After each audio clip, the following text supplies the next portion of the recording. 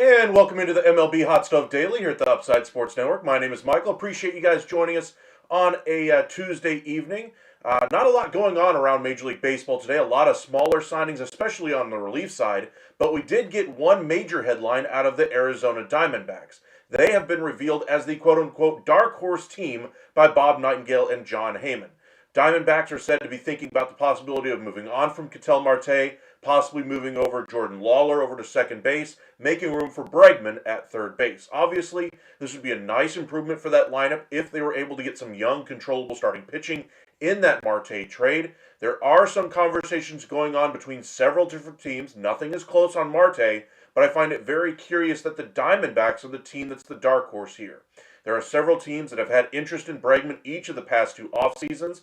Cubs obviously view him as their number one target. We've talked about that ad nauseum so far this offseason, but we'll see if they can get this one across the finish line. Some of the other bigger ticket items that we saw come off the board today, several different relievers. The Angels adding two different relievers to Mike Maddox's bullpen there, bringing in Drew Pomerantz and Jordan Romano. Good veteran relievers that they can count on in late inning roles. Should they decide to put one of those guys in the closer, they've at least got the experience to be able to hold down that spot. They are I don't want to say up-and-coming team out there with the Angels yet. I don't think they have enough young talent to really be described as that.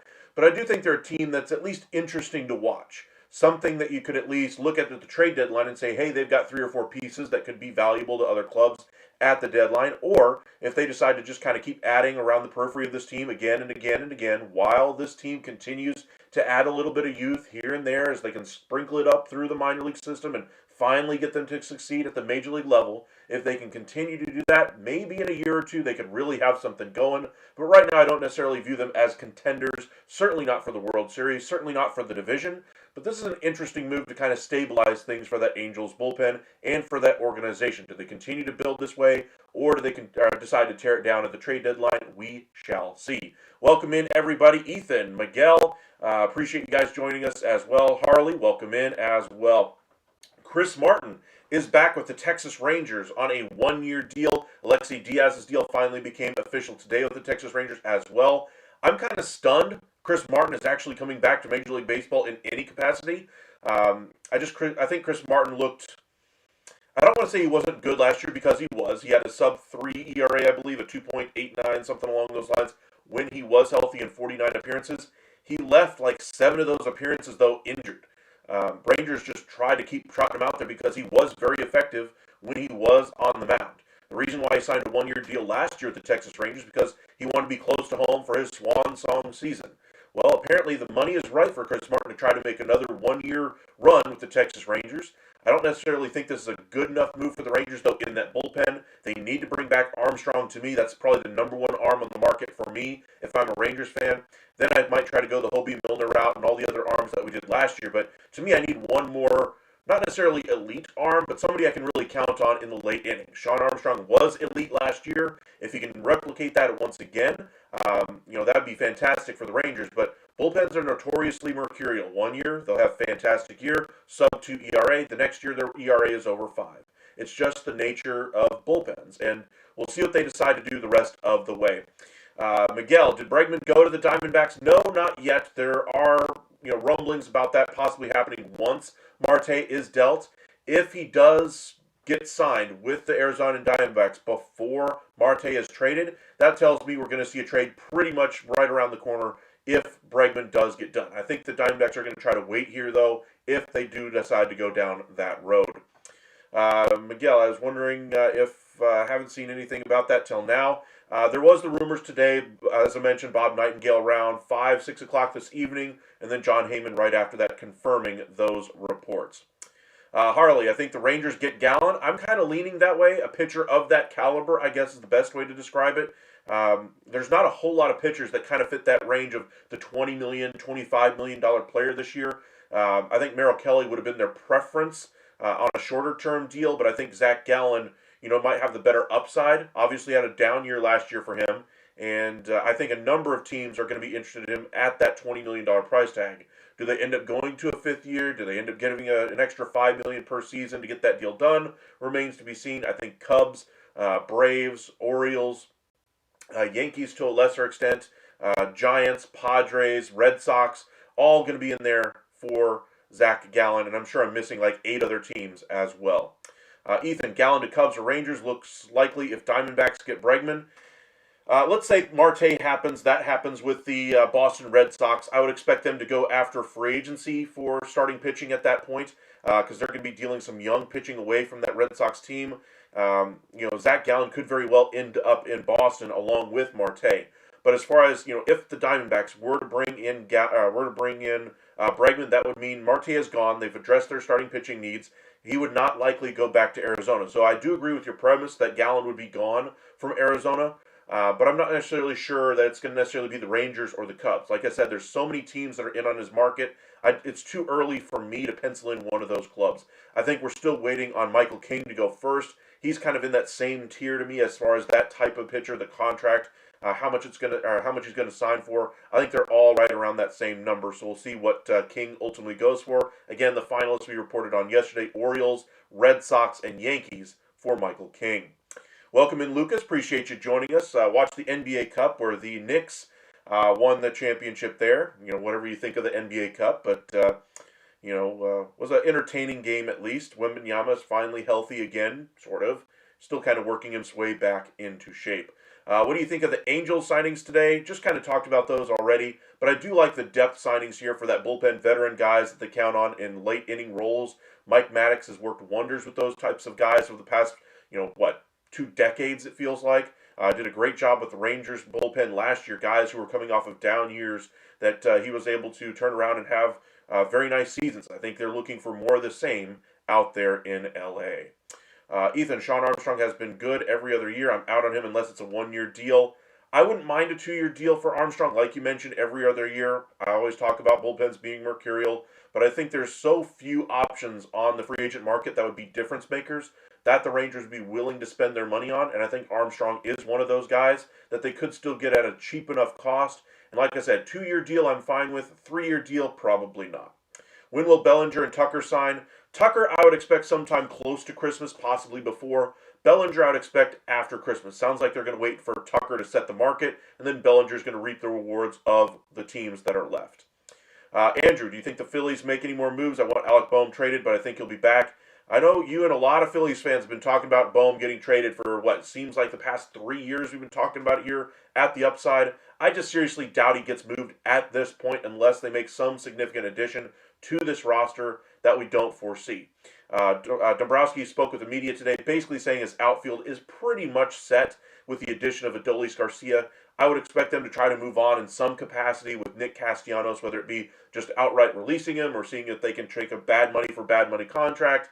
But I think the most likely decision that they'll reach is that nobody's going to want Castellanos. They're going to have to eat the money and see if he signs a minor league deal or an incentive laden deal, prove it deal with another smaller market club. But we shall see. I could see King going back to the Yankees. Absolutely. I think because they are one of the final three teams, I would probably guess they're one of the final two. I think the Red Sox are lesser of the three teams that are finalists. Just my feeling anyway on King going back to the AL East. Watch the Dbacks sign Bo Bichette. I doubt it. I think they're unhappy, or most teams are unhappy with his defensive metrics, and the Diamondbacks tend to value that type of a thing. I don't think he would go there for any reason. The only reason I could see him going there, if Bregman falls through, they decide that they want the big bat anyway in Bo Bichette. How much can you count on his glove over that third if you decide to do that, though? I think it'd be a bigger question mark. I think if they do something big at third base, Bregman probably sounds like the one guy that they might do it for, or possibly bringing back Eugenio Suarez. But they're unhappy with his, how should I put this, his massive swings in production at the plate and the not necessarily great range and glove over their third base, but at least serviceable, still at the big league level. But I think they're looking for improvements wherever they can find them, primarily in that pitching staff. If they can improve the lineup, I think that's just an afterthought at this point. I think the Diamondbacks continue to pursue starting pitching, and that's what I think they will get in a Marte trade. Andrew, do you think there will be more than one trade this week? I think we'll probably get as many as 4 or 5 trades. Most likely, though, I think we end up settling on probably 3 decent-sized trades where we're talking about like players of the caliber of, Cabrera, Lowe, Brendan Lau anyway from the Rays. We're talking Ketel Marte. We're talking, names along those lines. I don't think we're going to see, the mega trades like a Juan Soto level trade this week. But I do think we're going to get some of those trades finally coming to fruition. We talked about on yesterday's show about how this week is supposed to be a very active week. And so far, both days have been fairly active so far. I would expect some moves to happen here very quickly, though, on the trade front, with the winter meetings being the most trade-discussed winter meetings in MLB history, according to several different insiders, and with the CBA negotiations happening next season. I'm sure teams would prefer controllable pieces rather than, 1 year, 2 year contracts, long-term money signed to free agent deals. If they can go cheaper on these options before we get to the CBA negotiations, that's what they would prefer to do. Of course, the smaller market teams that need to boost their payroll might be the ones that are willing to spend a little bit more to make their position in the CBA negotiations a little bit more advantageous. But as far as teams in general, I think with the CBA, we're going to see far more trades than we otherwise would. Let's see. Robert, Bellinger, Pivetta, Mason Miller, King. Enough for the Mets. Bellinger can play first. Maggie ready for center field. I do like the idea of Bellinger being your first baseman, but it sounds like Polanco is going to take probably half the at-bats over there and the other half of the at-bats at designated hitter. As far as Mason Miller, Pivetta, I think both of those would be great options for them. They need starting pitching wherever they can get it at this point, honestly. Mason Miller would be a great replacement back in the bullpen for Edwin Diaz. As far as Michael King, they are not going to be the ones to get him. It's 3 teams already. Go ahead and scratch that one off the board. Now, replace King with, say, a Valdez. Then we're talking replace him with a Gallen or something along those lines. Then we can kind of get the ball rolling on the rest of that. Twist of your dreams. But, King is going back to the NL East. It's just a matter of which of the 3 teams he chooses. My guess is he probably goes to the Orioles, but I'd probably put the Yankees right there with him. Red Sox a little lesser so. Does Castellanos get traded? No. Castellanos does not have any positive value on the market. The Phillies were the Phillies were referenced by other executives around the game as basically begging other teams to take him off their hands. Basically, just like the Texas Rangers would love to get off the contract of Jock Peterson right now to save themselves some money. If they could get a team to take a couple million of that deal of Jock Peterson and they eat the $15 million of that, the Rangers would go ahead and get rid of that deal. We talked about a bad money for bad money trade. Maybe there could be a trade with Castellanos and the Rangers and Jock Peterson and the Phillies. That doesn't make sense for me, at least for either side. And so I think inevitably this thing is going to end up with Castellanos being released to free agency, where if the Mets really are interested in a guy like Castellanos, or if that would be a good fit there, they could get him for dirt cheap by just allowing him to go into free agency and not having to pay the big bill on Castellanos' contract. Sean, what starter will the Cubs get? Still pretty much the same thoughts for me. I'm hoping for a long-term guy like a Gallen, somebody along those lines, but I think inevitably they will end up with shorter-term deals, 1 or 2 year contracts, and maybe a guy that they acquire via trade. Cabrera would be the one name I'd keep an eye on if I'm a Cubs fan, and Keller from the Pirates as well. Gore, if they don't add somebody in Washington, but again, I'm still expecting Washington to add somebody big financial commitment there, in which case I'm not trading Gore in that scenario. C.J. Abrams has had his name out there for quite a while now. I think they have ways to replace him at shortstop. If they decide to move on from Abrams, Gore is a different matter there. I think his value would be too high or to that team. The need for him on that roster would be too high to where they wouldn't be able to trade him as easily. Bichette is 27, Bregman is 31. I could see Bo getting an 8 or 10 year deal. He's a stud. He's a stud who's had injury question marks. He's had defensive question marks as well. As far as the age, I do agree. Younger is always better when you hit free agency. Could he grow out of those problems to a certain extent? Sure. But with injuries, they're always a mixed bag. Sometimes you just start accumulating them. It just seems to always happen. Sometimes it's just a fluke thing, like getting hit in the wrist by a fastball or something like that. As far as injuries go, as long as the guy isn't coming into the offseason injured, I try to take those with a huge grain of salt when we get to free agency. Teams tend to overspend when they have bigger needs on the roster. Bo Bichette, though, doesn't really do himself any favors as far as playing a premium position defensively, but he doesn't do it very well. The bat backed up at certain points over his career there in Toronto. Certainly has the ability to be an aircraft carrier, but I wonder how much longer he could be that type of a player. Player of Bo Bichette's, how do I put this? His size, his stature, his abilities on the field usually doesn't age very well. So I would basically take that 10 year deal and throw that thing as far down the field as you can, because that ain't happening. Now, I could see maybe a 6 year deal, maybe a 7 year deal in the right situation, but I think we're looking very much at what we saw with Trevor Story in that great year or great offseason with all the shortstops that hit the market at all the same time, with Corey Seager, Dansby Swanson, Story. Simeon was a part of that group, but was also viewed as a second baseman. Rangers were able to pry 2 of the 5 shortstops that offseason to their roster that helped them win a World Series. There's going to be a time when shortstops are going to be more readily available than what they are on this market. And I think as far as Bo Bichette goes, this market isn't very good. He should be the guy that's capitalizing on this because he's really the only big name that's in the free agent market right now if you wanted a shortstop. And we've heard loud and clear from teams looking for shortstops that they would prefer a 1 year option in Kim, like the Braves.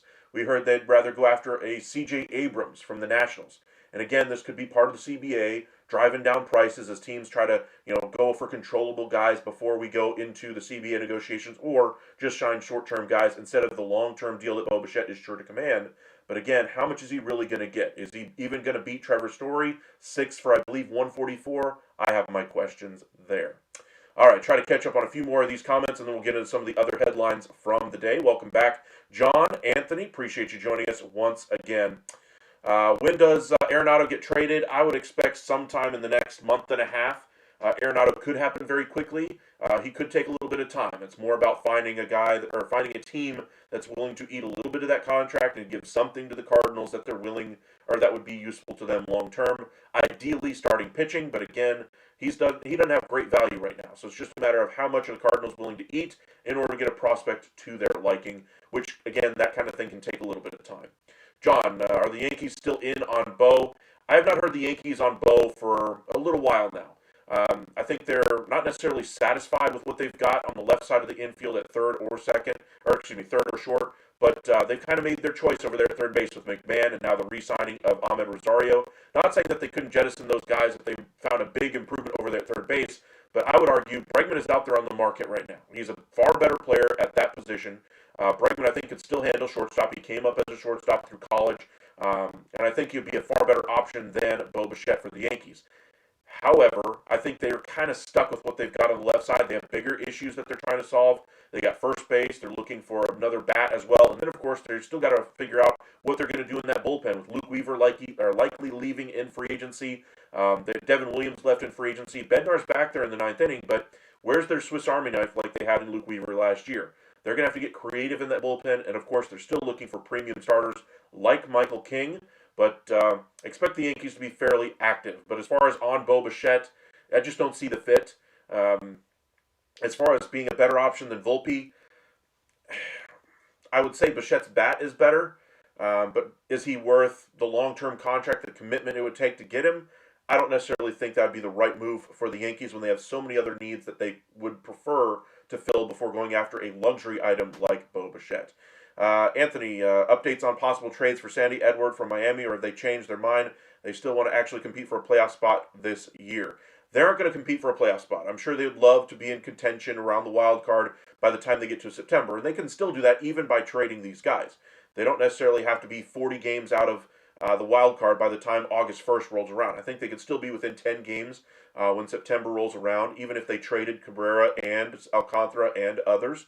But the Marlins are still set on trying to trade some of these starters. They've been trying to do it for over a year and a half now and have unsuccessfully been able to get a nice return for any of their starters. We'll see if they finally get one this offseason. I think they could get a pretty prospect or two, maybe a couple major league bats in that lineup in exchange for Cabrera. Alcantara, even with a diminished value, could still get you a nice return as well. And I think a change of scenery, getting him with a good pitching coach to kind of help resurrect his career would be the best case scenario for Alcantara and probably for the Marlins as well. Sean, does Freddie Peralta get traded? According to Ken Rosenthal, that is seeming more and more likely. Talked about this as well last night, that the chances going into the offseason, going into the winter meetings of Freddie Peralta being traded were next to nothing. There was very little traction on that talk. However, the winter meetings happened and all the trade talk picked up, and the starting pitcher prices were pretty high as far as the ask for some of these teams. Now, he's got 1 year left on his deal. They don't want to necessarily blow up their rotation just for the sake of it, but they are looking for ways to uniquely improve their roster. If they can get a couple of young, controllable arms, not saying they have to be difference-making arms, but arms that you could probably put in the 4 or 5 spot in that rotation right now, starting opening day, and feel comfortable with them being able to handle the major league scene. We'll see if they decide to go down that route, and I'm kind of leaning towards this trade actually getting done because the prices for starting pitching right now are so high. The Mets, I think, would be one team to watch on Freddie Peralta. Not that I've heard too many reports connecting him, but just kind of looking on the outside, looking in, connecting the dots here. Peralta's name becoming more and more of a realistic candidate on the trade market. David Stearns' connection there. Obviously, he'd be kind of a 1 or a 2 in that Mets rotation, depending on who else they add to that staff. And if they go to the San Diego Padres, like has been rumored to go after Miller and go after Laureano and Pivetta, then you'd have a rotation that's probably going to feature Peralta as your 1. You'd probably have Pivetta as your 2. If they somehow manage to land Framber Valdez or another pitcher as their 3, or even Peterson back as their 3, I doubt they'd be able to keep Tong in that rotation because I think he'd be part of the return going back to the Padres. That would leave you McLean in that rotation, and then you figure out what you want to do at that 5 spot. Do you give it to another young guy, or do you bring in a veteran? Lots of options for the Mets, but they need to get moving here. We've been talking about how the Mets have been kind of frustrating to the Mets fan base so far, and we'll see if they can kind of course correct here. I don't really like the signing of Jorge Polanco. The more and more I look at it, the worse and worse the signing gets. The protection for Soto is now gone in that lineup. They need to add somebody to protect him in there, like a Kyle Tucker, like a Cody Bellinger. If they don't get that done, this offense is going to take a big step back for me. And we saw how the second half went. Starting pitching wasn't there. The lineup had its issues. Clubhouse issues as well. You bring in Marcus Semien, who helps you on the glove side, but certainly doesn't help you with that offense either. His best days are certainly behind him at this point, but we'll see if he is able to have a comeback player of the year in him. But the Mets have some interesting question marks going forward. Imai to the Phillies, what do I think? I think that's a very good chance at this point. Again, I still prefer Suarez. I haven't heard too much on Imai over the last 24 hours. Mets can split Belly and Jorge at first, with Belly getting all the at-bats and Jorge getting DH at-bats. I would like that better for them because, again, Jorge Polanco has had knee issues. He's 33 years old, played 1 inning at first base in his entire career. You still have Jess McNeil there. You have Vientos there. Mets are at least contemplating the idea of moving on from a couple of players who are blocked at the major league level from playing time. Luis Angel Acuna is one of the names. Mark Vientos is another one of the names. Jet Williams has found his name in trade talks over the past week or so. Mets have some interesting options that they can utilize some of these players who no longer have a role on this roster and see if they can parlay them into a starting pitcher or two. We'll see if they're able to get something like that done and be creative with their additions in that starting rotation. If I was Texas, I would do Nick for a Jock trade just because he's a righty and hit 250, 17 home runs. Jock hit 180 with 8 home runs and gained 25 pounds during the season. I'll agree with you there. Jock did not look good for the first 2 months of the year. He did not do terribly at all in the second half, though. He was, I believe, a 220, 230 hitter in the second half. But I would agree, Nick Castellanos is still a better player. I just want to get out of that Jock Peterson contract as quickly as possible. I don't want to take on another bad deal in return. So if I'm trying to be creative with the Rangers, I would just find a way to get a team to take on whatever money I could of the Jock Peterson deal, use that savings in free agency. If I'm going the trade route, I'm looking for a catcher. I'm looking for a right-handed hitting outfielder. I'm looking for bullpen. I'm looking for starting pitching. I'm not necessarily looking to trade bad contract for bad contract. We saw what they already did with that with Simeon and Nimmo. I don't think they're looking to do so again just for the sake of trying to save a couple million here or there and take on another bad deal. I think if they're going to get out of the bad deal, they just want it to be done with at this point. Let's see here. Try to catch up on a few more of these messages here. Will the Cubs sign a hitter or two, and where does Verlander end up? Honestly, I think the Cubs would be the perfect landing spot for him since you are a Cubs fan, but other teams that would make some sense, the Mets need some starting pitching, but again, I don't view him as a number 1 or 2. He would be kind of that 3, 4, 5 starter if they did make the trade for Peralta and brought in Pivetta via the trade with the Padres. You bring in a Valdez as your 3. You have McLean as your 4. Tong is no longer there to be your 5 anyway, so maybe you go after a Verlander to be your 5 in that rotation. Peterson would probably be gone in that scenario as well. There have been discussions about them trading David Peterson as well, so we'll see what they decide to do to get creative in that rotation. But Verlander, I would guess Cubs, Yankees less likely. Mets make some sense here. Orioles on a 1-year deal makes some sense. Giants could bring him back. Lots of options for a 1-year contract on a probably $12 to $14 million value. Bo to Boston, maybe they would love him. I mean, they're looking at Marte, obviously, to be their second baseman. If they don't bring back Bregman, what's their plan at third base, would be my question. If you don't bring back Bregman, do you go after Arenado on a shorter-term contract? Do you go after Suarez on a smaller average annual value but longer-term deal than what you gave Bregman? Or do you try to bring back Bregman? Or do you go after a Bo Bichette? Those would be kind of bigger ticket items that usually would probably have to wait till January, February, if we're reading the tea leaves correctly from the Boston Red Sox over the years, i.e. the Trevor Story negotiation and the Alex Bregman one last year. They like to wait on those big ticket items to see if they can get a little bit of a deal, and it's worked to their advantage so far. Not saying Story's worked out so far, but Bregman certainly did good in the first half of the season. We'll see if he's able to replicate that or those results this upcoming year. Would the Yankees trade Jazz for McNeil and a prospect? Mets put Jazz in center. Just a thought. Just thinking about it on the face here. Jazz in center wouldn't be the worst thing for the Mets. They do have interest in Luis Robert. If they get Ramon Laureano, I think that would end that discussion as well. Although I think Laureano at this point in his career is more of a corner outfielder. As far as McNeil going back the other way, I view McNeil and Jazz very similarly. So the trade value, I think, wouldn't be horrible there. I don't know. I'd probably still say no if I'm... Do I say no if I'm the Yankees or both teams? I think that's just more shuffling the cards more than anything else.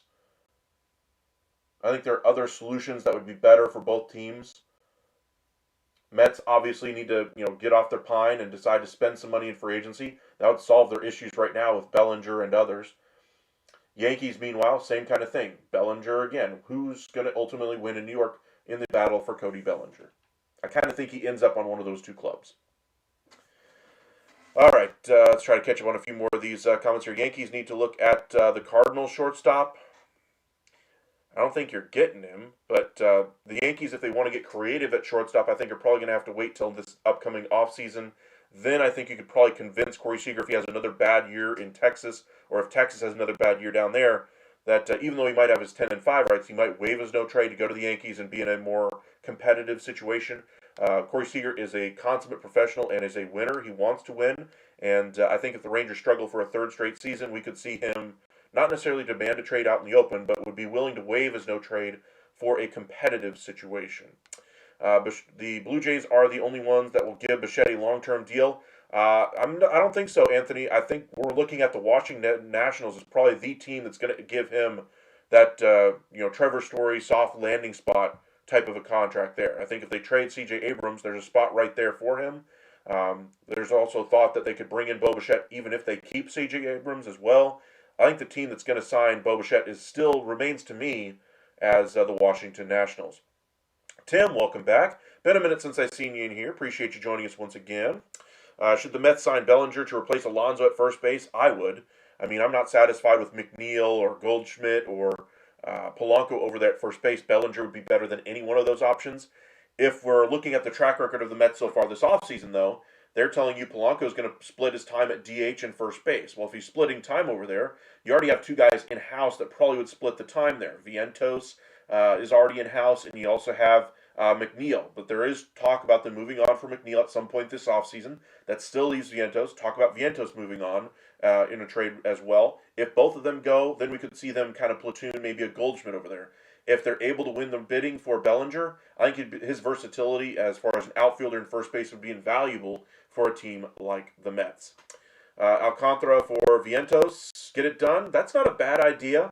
Trade value, I think, would be fairly accurate. I think the holes in Vientos and the holes that you see in Alcantara kind of make it a fairly even swap. We can kind of do a trade simulator here in a minute for that one if we're able to. Let's see here. Cubs re-signed Caleb Thielbar. Let's see here. Let me update our page here. Pull it up on our screen.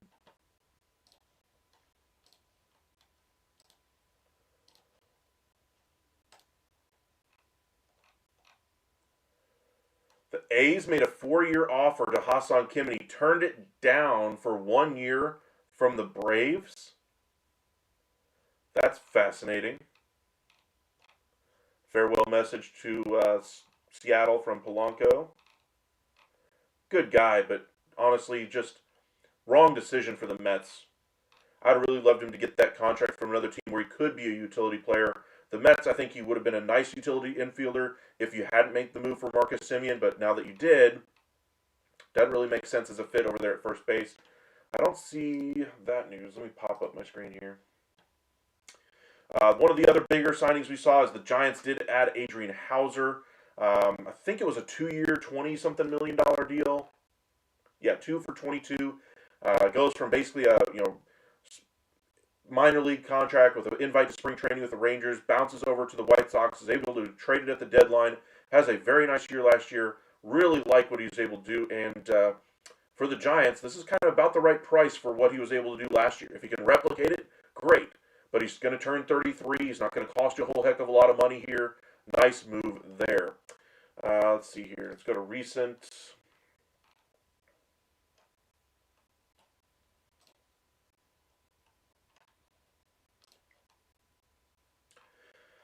All right. Jeff Passan had declined multi-year offers. The A's offer was 4 for 48. Okay, so that makes more sense why he declined it. So basically, the Braves offer 1 for 20. All he would have to find to basically equal this value from the A's would be a 3-year deal worth $28 million. I think even if he has similar production to what he just had this year, he could easily get that kind of money in less years with pretty much any team that signs him next offseason as well. So good decision, I think, for Kim to go back to Atlanta. That team struggled offensively last year. I don't think it's going to happen again. This is too good of an offensive team in the Braves. My questions are more on the rotation side for them. Can they hold up? They didn't have a rotation at all in the second half last year, especially due to the injuries. Some of those guys are going to be coming back, but how many innings can they really throw for you? I think them strengthening the back end of that bullpen by bringing in Suarez and bringing back Iglesias and other arms is certainly going to help shorten the game a little bit to take some of the burden off of that starting pitcher group. But to me, they still need to add at least one more proven starter. A guy like Chris Bassett makes some sense. Zach Gallen makes some sense.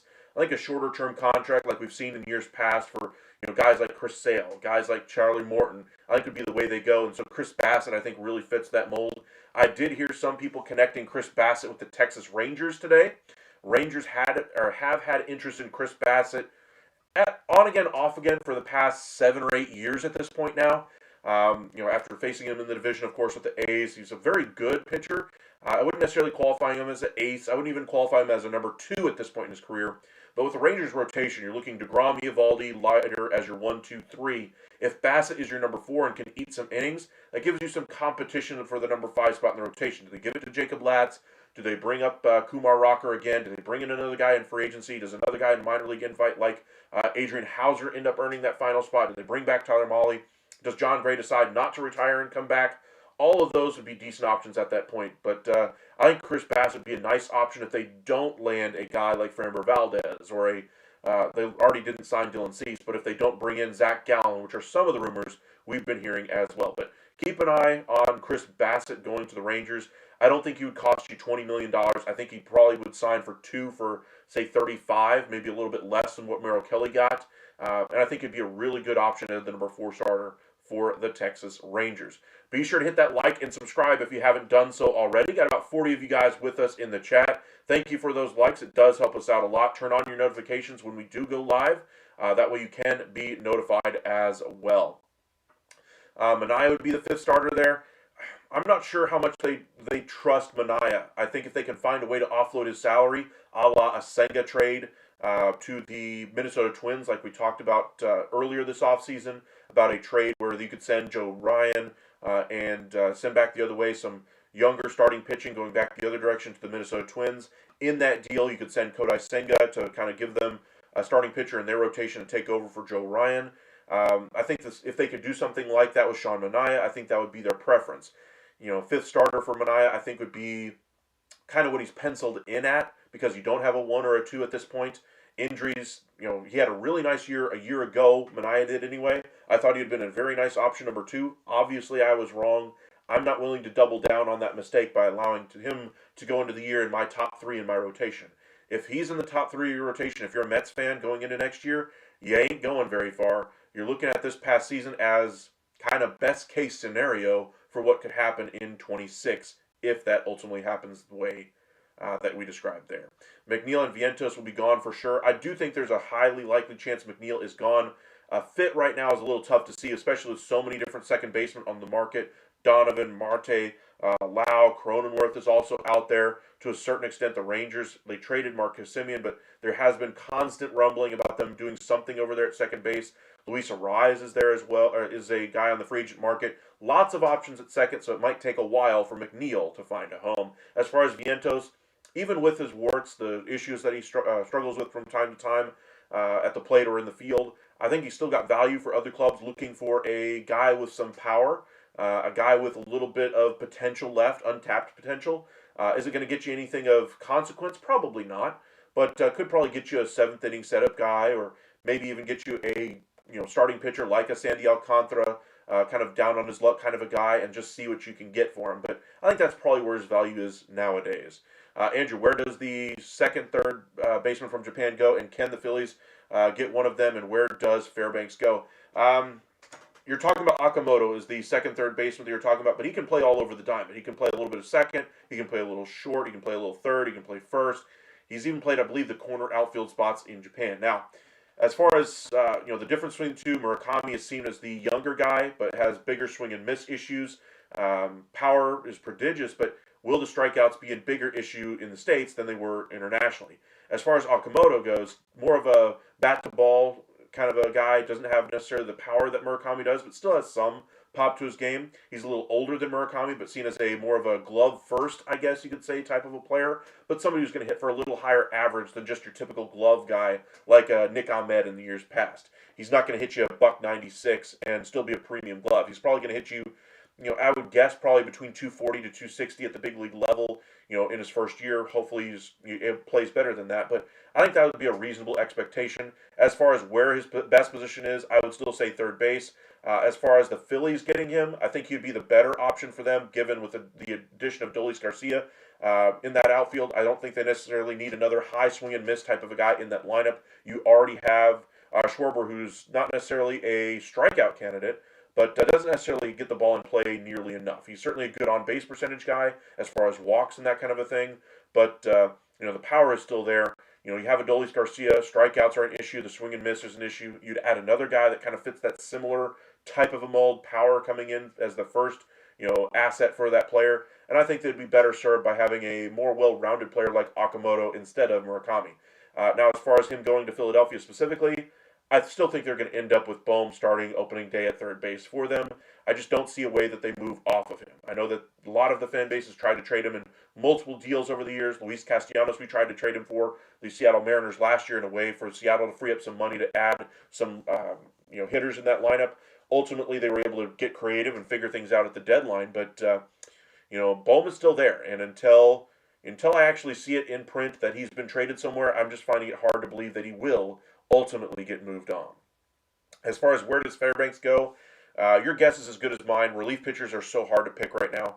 I would probably say, teams that need a little bit of late inning relief that have a little bit of money to spend, not necessarily a whole lot. I think literally any team could go there. We're talking Reds, Rangers, Braves could use another late inning arm. Yankees need somebody like that as well. So Cubs, Mets, all of those teams could be in that negotiation as well. A's offered Kim 4 for 48. Bullet dodge for them. They're about to sign someone good with that money. I would say with the A's, that would have been a great contract if they could have gotten Kim to that deal. I think Kim is a better player than what that contract would have been. I think he's going to earn that $20 million that he got from Atlanta this year. And I think he's going to do well in free agency next year. Now, is he going to be Corey Seager? Is he going to be, some of the best shortstops in the game right now? No. But I do think he's probably in that 10 to 15 range right now at shortstops. And that's about the price for, the going rate for a shortstop in that range. Teams can use McNeil in the outfield as well, though. I'll agree with you there. My question would be, with McNeil, how much longer is the contract, money that's going to be there attached to him? How many more years of production can you get from him? Is he soured on the situation in New York? Is the clubhouse issues that were there in New York, do they spill over to McNeil as well? And then do I bring in I'm not saying McNeil is a cancer, but do I bring in some of that negativity from that Mets clubhouse into mine? All of those things are things that I think would diminish his value. Not saying that they won't move him, I think they will. But the versatility does help. But I don't think the Mets are going to get anything necessarily of massive consequence back. So just kind of temper your expectations on what a trade for McNeil could look like. Okamoto sounds like a Stearns guy, consistent offense, multi-positional, above average defense. Yeah, he sounds a lot like Jorge Polanco, just without the MLB resume to go with it. Could be an interesting signing for them. They were one of the teams that was listed for him and Murakami, a year and a half ago at this point. We get to the offseason this year, and, Pete Alonso ultimately leaves. The rumors picked up around Murakami for about a day. Those obviously died down when Polanco got signed. I still think there's an outside chance he could end up there, but with Beatty over there at third base, swing and miss potential, what the contract could look like, all big question marks I'm not sure Stearns is overly comfortable with as well. All right, let's check out and see if anything else is happening at the moment.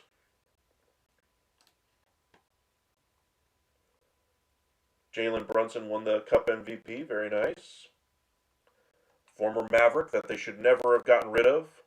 They should have signed him to that 4-year, $55 million contract when they had him. And they wouldn't even had to go after Kyrie, but story for a different day.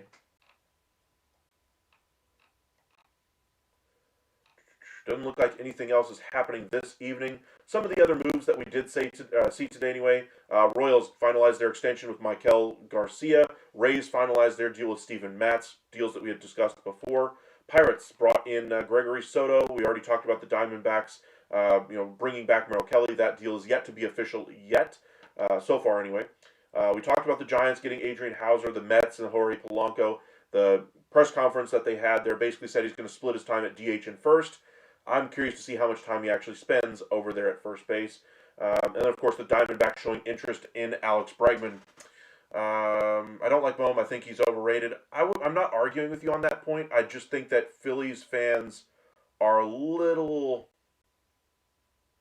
down on him compared to what I think the industry views him as, let alone his own team. I think that the Phillies fans are, overly critical on Castellanos the first couple of years he was there, but obviously things this past year did not go very well. I will say that Castellanos, still posted every day for them. He was available. Can't really say that for everybody in that Phillies organization, where guys had 8 ERAs halfway through the season. He at least was able to post, not necessarily the numbers that you'd hope for when you sign him, but he was at least there and accountable for what he was or not able to do day in and day out. So consummate professional. He's going to get another opportunity somewhere to be a veteran that young guys can turn to and say, hey, how do I keep my body right? How do I stay in the game? Those kinds of things. And I think he still has value as that type of a player, and hopefully can become kind of a JD Martinez-esque type of a finish to his career, where hopefully the bat picks up as he focuses primarily on that skill set. But not wanting to defend Nick Castellanos too much here, but I just think that Phillies fans can be a little bit overly critical of their own players, let alone all Philadelphia, sports fans can be a little bit more negative on their sports team. It's part of the fan base, part of the culture there. I get it, but a little bit of grain of salt here, I think, would go a long way with Bohm. I don't think he's necessarily as bad as you think, but I'm not saying he's a world beater either. All right, Ethan, Harrison Bader to Texas doesn't do it for me. I bet you like that. Bader, I thought would be a nice option, but I already like the options they have that kind of fit the Harrison Bader mold. Hellman, Haggerty, that type of player they already have.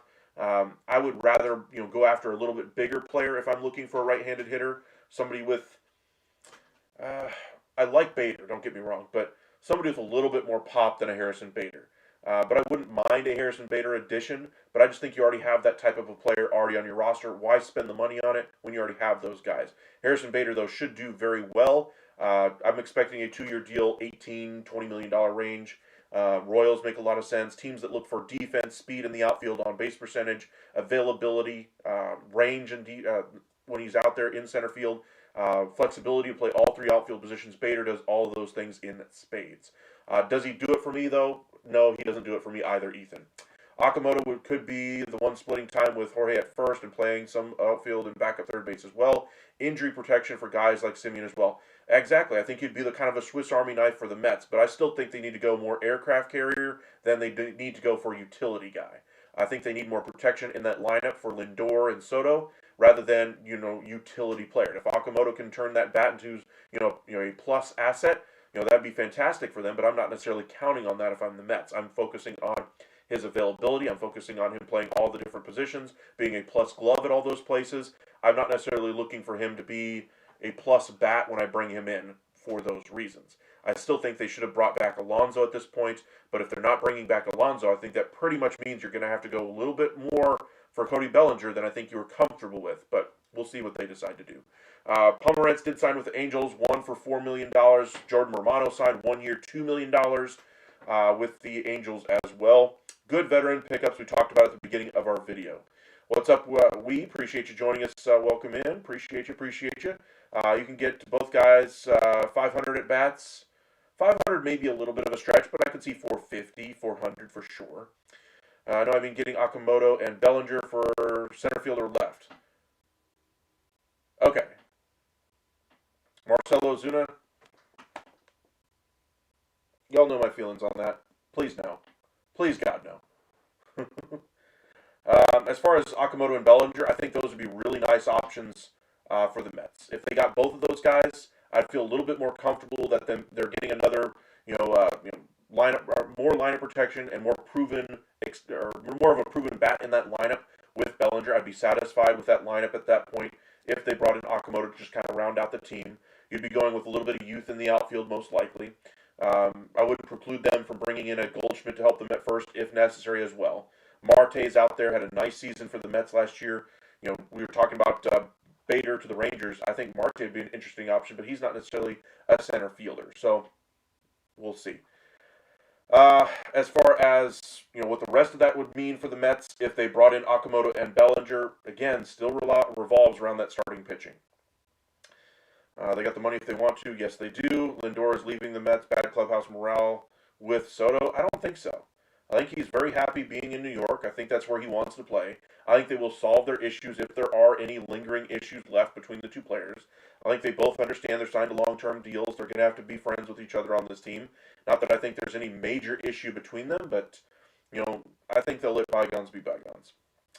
I like Alex Bregman to the Diamondbacks. Welcome in, Justin. Appreciate you joining us. Um, I would. I'm not saying I don't like Bregman to the Diamondbacks. I just think that other teams need him more, and I think Bregman wants to be in a winning situation. If he's going to the Diamondbacks, he's probably the at best second best team in that division. If things break the right way, at worst, he's probably the fourth best team in that division, even if he does sign there. So I think he's looking for a chance to compete, and I think Boston gives him a really good chance at that. Chicago could be a team that competes for at least the division.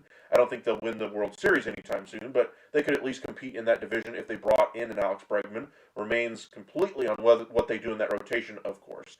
Jorge's better DH than Osuna, no kidding. Osuna is terrible to me. I don't want any part of Marcell Osuna on the Rangers roster. Rangers signed Gallen personal catcher.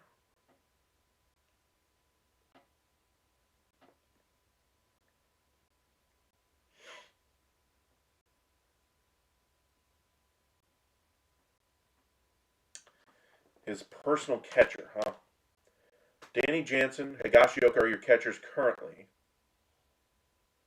You saying the Rangers made an addition just in the last couple seconds?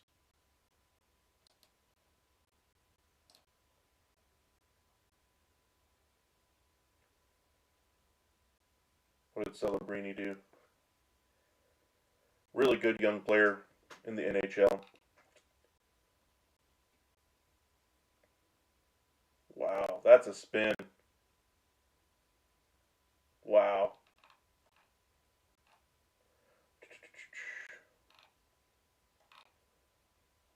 I don't see anything there. Who is the personal catcher you're referring to?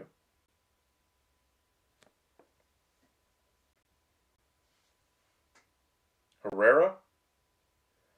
I actually had my eye on him before they signed Danny Jansen as a backup option. Did they sign Jose Herrera? Jokic's MVP. I mean, he's putting up numbers we've never seen before in the NBA, but so are Giannis and SGA. But Jokic is even better than those guys, even at those types of numbers. Do you think Maxey of the Sixers is in the MVP race? I know this is baseball chat. I try to talk all sports as well, so I don't necessarily mind us talking other sports here. But I would say Maxey is.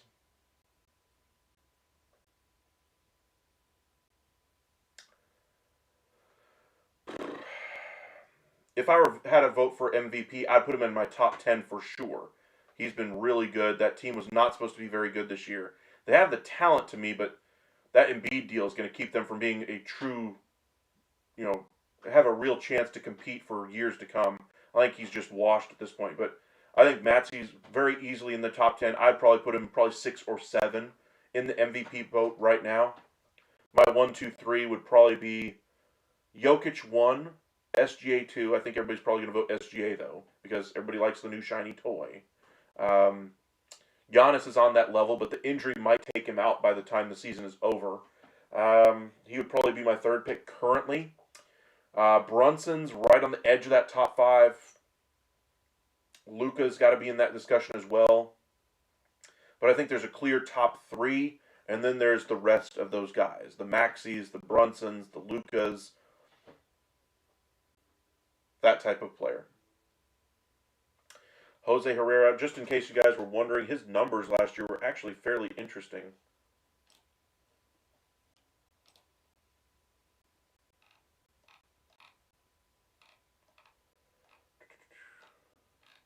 Am I missing a Jose Herrera sighting? Let me go to my baseball chat and see if it's just not showing up in my notifications. Steven Matz to compete for a rotation spot with the Rays. Surprise, surprise.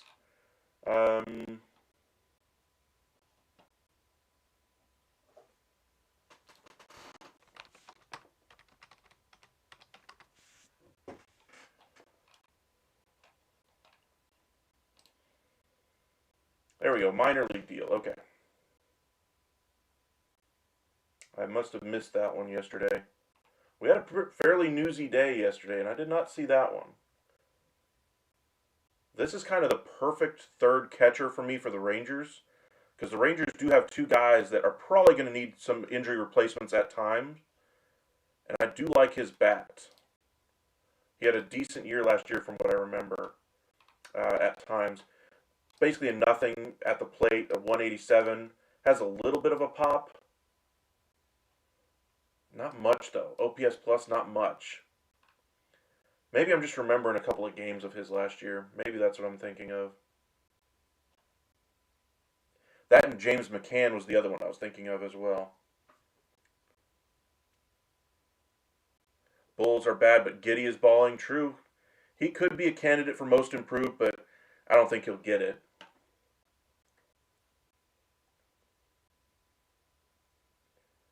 I'm looking forward to the trade deadline in the NBA, specifically Anthony Davis, Klay Thompson, Daniel Gafford, the players from the Dallas Mavericks that I think could really change at least the Eastern Conference race. I don't think that anything's going to change things on the West. I think it's going to be the Thunder in the finals.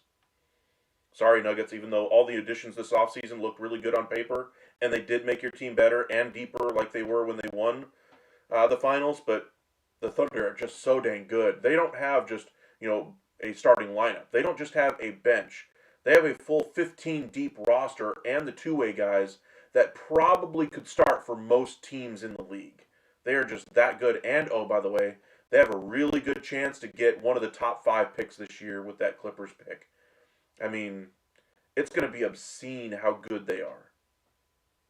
The hard part is for them, what are they going to do with all these picks? Do they keep pushing them down the line and see if they can keep this thing going? Do they keep paying their current players, or do they jettison some of these guys off, like Lou Dort eventually? I think Caruso's eventually going to have to be gone. Hartenstein's going to be gone. They're going to have to replace those guys, and I think they have the prospects to do it, but we'll see. Who's the rookie of the year right now? Cooper. It's not even close, honestly. VJ Edgecombe has got a nice opportunity. Con Knuppel out there in Charlotte's got a good case out there. Queen down in New Orleans, all good players. But Cooper Flag is by far the rookie of the year to me. Impacting the game on both sides, offense, defense. The one worry I had for him going into the year was him not being able to score enough. I thought he would score 16, 17, on a good year, 18 points a game. Right now, with the explosion of scoring we're seeing from Cooper lately, where he's basically the number one option on this team, even when Anthony Davis is healthy. Kyrie's going to come back and make him even better at that point. But if he finishes averaging, say, 21, 22 a night, I don't think there's any rookie in the league who could hold a candle to what he's doing right now. Blocks, steals, just the mindset defensively on that team.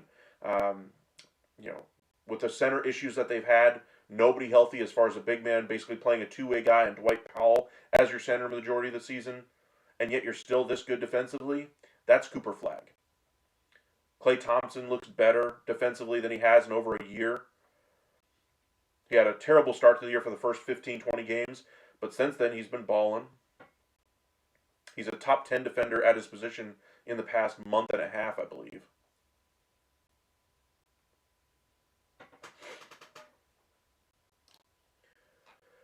But yeah, if they do sign Zach Gallen, maybe they'll have some extra insight. But remember, we got to be careful with that because we thought that with Higashioka last year.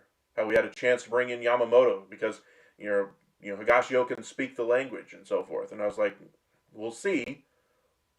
Or Sasaki, excuse me, not Yamamoto. I hope to see a trade tomorrow in baseball. No kidding. I'm hoping we get the second base trades going. I mean, this is Tuesday? I'm off tomorrow, so if there is a big trade, we will do a live in the afternoon tomorrow, so be sure to stick around for that one. Hit the like and subscribe if you haven't done so.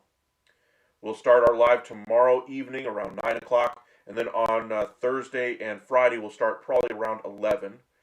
Kobe White will be moved. In my opinion, Vooch too. Probably the Bulls would love to unload Pat Williams' deal. You couldn't pay me enough to take on Pat Williams' deal.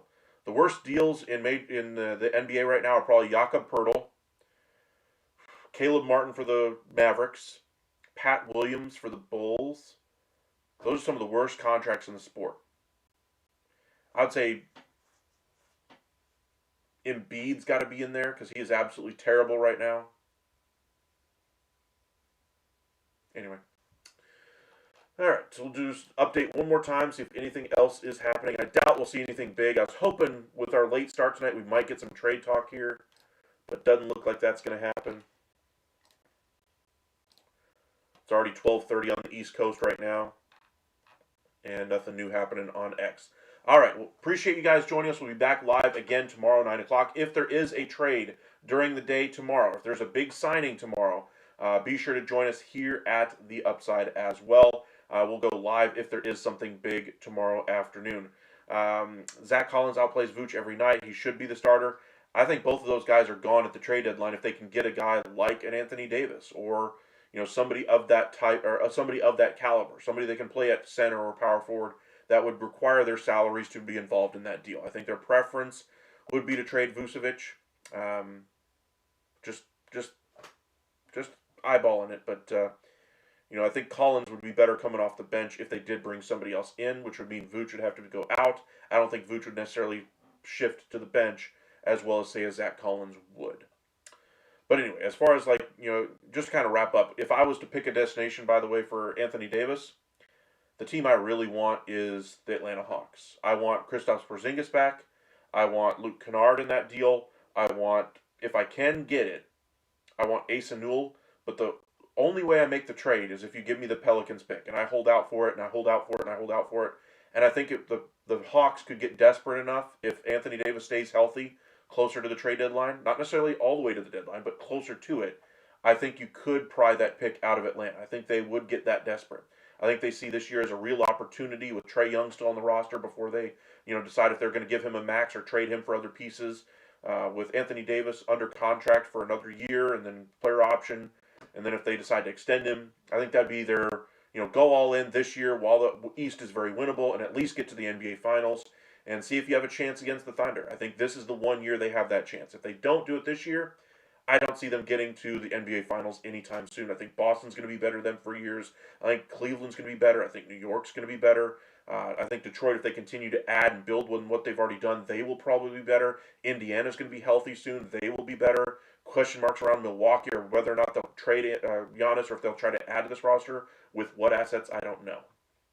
All right, Ethan, does this take Zach Gallen to Texas odds up?